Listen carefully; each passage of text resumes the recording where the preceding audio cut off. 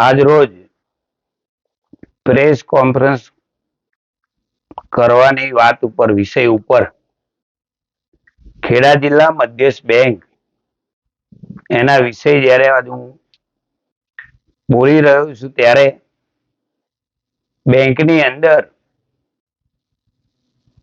જે મને જાણવા મળ્યું છે એ વિષય ઉપર આજે હું કહી રહ્યો છું ત્યારે આ ખેડા જિલ્લા બેંક પશુપાલકોની બેંક છે, ખેડૂતોની બેંક છે અને સાથે જોડાયેલા ગ્રામ્ય વિસ્તારને કઈ રીતે છેવાડાના માનવીને બેંકનો લાભ મળે એની સતત ચિંતા કરતી આ ખેડૂતો માટેની કેડીસીસી બેંક છે. ત્યારે હું પણ એક બેંકનો ડિરેક્ટર છું.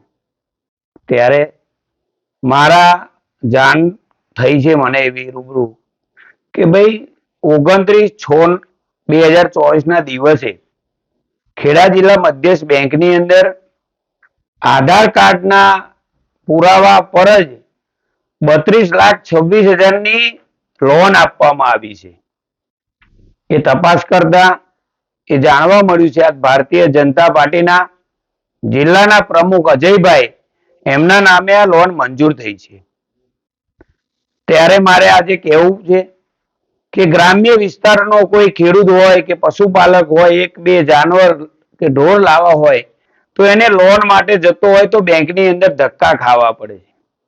ખૂબ દુઃખની વાત છે કે 24 તારીખે બોર્ડની અંદર એમની અરજી આવે 24/6/2024 ના દિવસે 4 દિવસની અંદર આ લોન મંજૂર થઈ જાય, 32,26,000 એમના ખાતામાં અજયભાઈના જમા થઈ જાય. ત્યારે આજે હું બેંક નડિયાદ ખાતે ગ્રામ્ય તપાસમાં ગયો ત્યારે મને જે જાણવા મળ્યું છે મુજબ એ લોન એમના આધાર કાર્ડ ઉપર જ લોન આપવામાં આવી છે.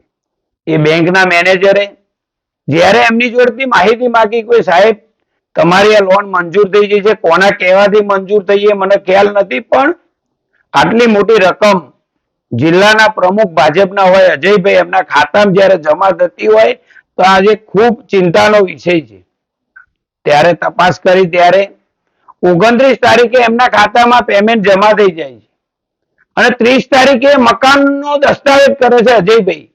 તો મકાન એમને ખરીદ્યું નથી. ખરીદ્યા પહેલા જો આ બેંક આધાર કાર્ડ ઉપર જો આટલી મોટી લોન આપતી હોય તો આ પશુપાલકોને ખૂબ ચિંતાનો વિષય છે. સાથે સાથે ખેડૂતોનો પણ આ વિષય છે.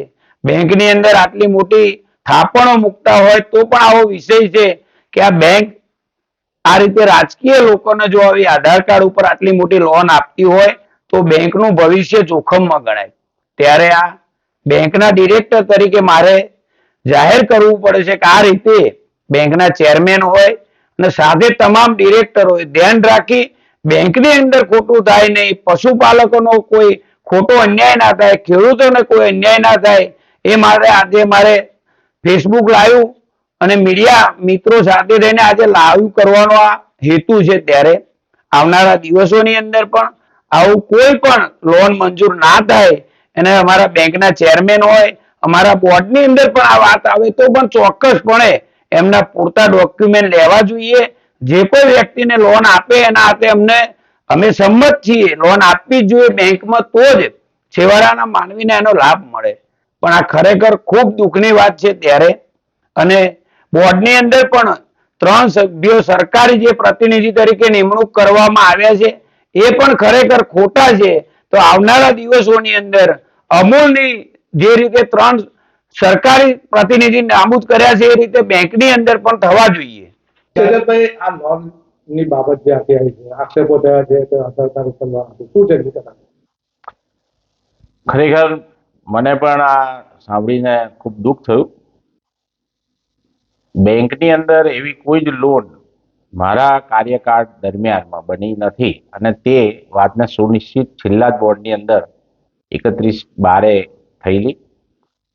અમારા જ બોર્ડના ડિરેક્ટર કેસરીસિંહજી એમણે બોર્ડ સમક્ષ રજૂઆત કરેલી ને એ સમયે અમે જ કે અમારા કાર્યકાળ દરમિયાન જે કંઈ લોનો આપી હોય તે તમામ ડોક્યુમેન્ટ એમને બતાવવા માટેની વાત થઈ. બતાવ્યા પણ એ પોતે ત્યારથી નીકળી ગયા. ખરેખર બેંક, રિઝર્વ બેંક અને નાબાર્ડના રૂલ્સ રેગ્યુલેશન ઉપર ચાલે છે. બેન્કિંગ સર્વિસીસ એની પોલિસીઓ નક્કી થાય છે, ઓડિટ થાય. અને જ્યારે આજના દિવસોની અંદર આપણે જોઈએ તો આજે ખેડા જિલ્લા બેંકની જે કાર્ય પદ્ધતિની અંદર જે સુધારો છે, જે આખા ભારતની અંદર તેની નોંધ લેવામાં આવી રહી છે. અને આ વર્ષે હું બહુ જ સાચી લાગણીથી વાત કરીશ કે 5 જેવા એવોર્ડ પણ આ બેંકને મળ્યા છે. કેસીસીની વાતની અંદર જે આક્ષેપ છે કે લોન, પણ એ ખરેખર એક જ વ્યક્તિ વિશેષ માટેની એમની રજૂઆત હતી ને એમના પૂરતી જ એ લોનના ડોક્યુમેન્ટ જોવા માંગતા હતા. ખરેખર મને એ બાબત ઉપર થોડી શંકા એ ગઈ કે અમારી જ એક બ્રાન્ચનો બેંકનો એક કર્મચારી અને જેને ભૂતકાળની અંદર ખૂબ ગેરરીતિઓ આચરેલી અને તેનું ઉજાગર થયું અને તેને જ્યારે બોર્ડે એને દૂર કરવાની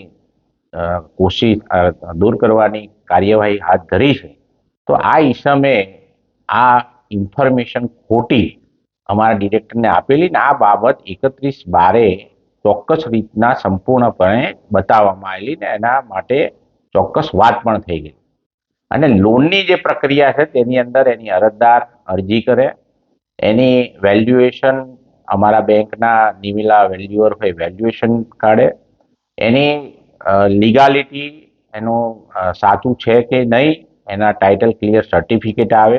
ત્યારબાદ લોન કમિટી અથવા તો બોર્ડની અંદર લોન આવે અને અમારા પોલિસી ને અમારા નિયમો મુજબ આ હાઉસિંગ લોન છે ને, હાઉસિંગ લોનની અંદર 100% બાંધકામ હોય કે 100% મકાન ખરીદવાનું હોય, તેમાં અમારી બેંકની પોલિસી મુજબ 75% સુધીની અમે લોન આપતા હોઈએ છીએ.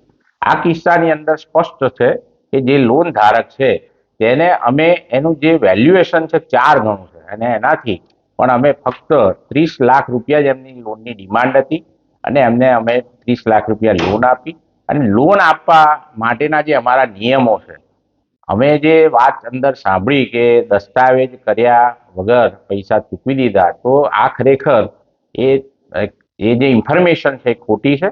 અમારી બેંકે 24 તારીખે કેસીબીસીની રૂબરૂમાં લોન આપવા માટે નક્કી કર્યું અને 29મી તારીખે જેનું મકાન જે લોન ધારક છે તેમણે ખરીદ્યું, અમે એ લોનના જે 35 લાખ રૂપિયાનો જે ચેક છે અમે જે મકાન જેનું હતું એના ખાતાનો આપ્યો, એના ખાતામાં જમા થયા અને એ દિવસે જ દસ્તાવેજ રજીસ્ટર થયો અને એ દસ્તાવેજ રજીસ્ટર થઈને એની કસ્ટડી બેંક પાસે હોય છે. એટલે લોન આપવાના જે નિયમો છે એનું પૂરેપૂરું પાલન કરવામાં આવ્યું છે. અને આ એક એવું દેખાઈ રહ્યું છે કે આ બાબત જે આક્ષેપિત છે તે ખરેખર ખોટા છે અને આની અંદર બેંક એકદમ સ્પષ્ટ છે. પરંતુ હાલના દિવસોની અંદર મને દેખાય છે કે રાજકીય બાબતોને લઈ અને એક જ વ્યક્તિ માટે આવી મીડિયા સમક્ષ વાત કરવી એ અઘટિત છે. અને સહકારી કાયદો નહીં પણ બેન્કિંગ રૂલ્સ એન્ડ રેગ્યુલેશનના માધ્યમથી કોઈ પણ ડાયરેક્ટરે કોઈ પણ જણની આવી લોન બાબતની માહિતી બહાર સુનિશ્ચિત રીતના પ્રેઝન્ટ કરી શકાય નહીં. એ ખરેખર ખૂબ અકલ્પનીય છે. આ લોન કોને લીધેલી અને આનો સિબિલ શું હતું? ખરેખર બેન્કિંગ રૂલ્સ મુજબ આ બાબત અમારથી જાહેર કરી શકાય નહીં, પરંતુ આ એક રાજકીય બાબત છે. આ લોન જે વ્યક્તિને આપવામાં આવેલી એ રાજકીય માણસ છે, પરંતુ એના સિબિલમાં કે કોઈ પણ એક કોઈ જગ્યાએ ડિફોલ્ટર નથી. આજ દિન સુધી અમે જ્યારથી લોન આપી ત્યારથી એના હપ્તા પણ રેગ્યુલર ભરાય છે. અને અમારે તો એટલા માટે સારી વાત છે કે આવા સારા સંનિષ્ઠ માણસો જો આ બેંકની સાથે જોડાશે તો જ લોકોને વધારે બેંકને સાનુકૂળતાથી લોકો જોડેલા રહેશે. રાજકીય બાબતો છે બેંકની અંદર આવી વાત કરવી ના જોઈએ, પરંતુ હું ચોક્કસ કહીશ કે આ બાબતની અંદર બેંકને ખોટી સંડોવવામાં આવી રહી છે. બેંક આમાં કોઈ પણ જગ્યાએ કોઈ એવું કારણ ઉત્પન્ન થાય અથવા તો કોઈ એવી બાબત કે બેંકના કે એના સભાસદને નુકસાન થાય, એ કોઈ જ કામ બેંક આજ દિન સુધી કરતી નથી અને કરવા માંગતી પણ નથી. અને બેંકની અંદર કોઈ જ ખોટી લોન આજ દિન સુધી આપવામાં આવેલ નથી. આ એક બહુ ચોખ્ખી અને સાચી વાત છે.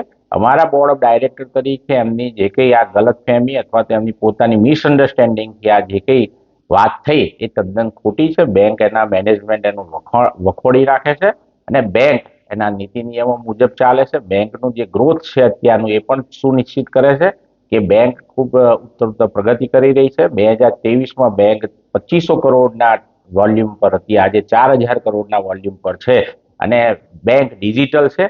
એ પણ હું ચોક્કસ કહીશ કે કેસરીસિંહે જે ખેડૂતો માટે, પશુપાલકો માટે જે વાત કરી કે ધક્કા ખાવા પડે, તો હું ચોક્કસ કહું છું, આ નોંધી લે. બેંક ડિજિટલ છે. એક જ દિવસની અંદર જે સાચા અને પ્રમાણિત જે લોકો છે તેમને તરત લોન મળી જાય છે.